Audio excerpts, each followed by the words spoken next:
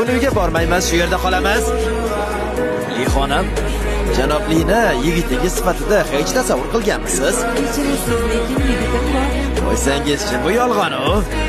Janobli, o'zingiz nima deb o'ylaysiz? Bunday go'zal qiz bilan bemalol uchrashgan bo'lardim. Unda jamoamizdagi birinchi juftlik bo'lasiz. Qarab yuboring. Qo'ysangchi, bema'nilik-ku bu. Nima buyurtma qilasiz? Yigitlarga tashqi ko'rinishi bo'yicha baho bersangiz kerak. Yuzi chiroyli bo'lgani bilan ovqat samodan tushib qolmaydi-ku. Meni chindan ham yigitim bor. Xo'sh, u qani? Mana u. Meni yigitim. Yetti tanish. Bular meni hamkasblarim.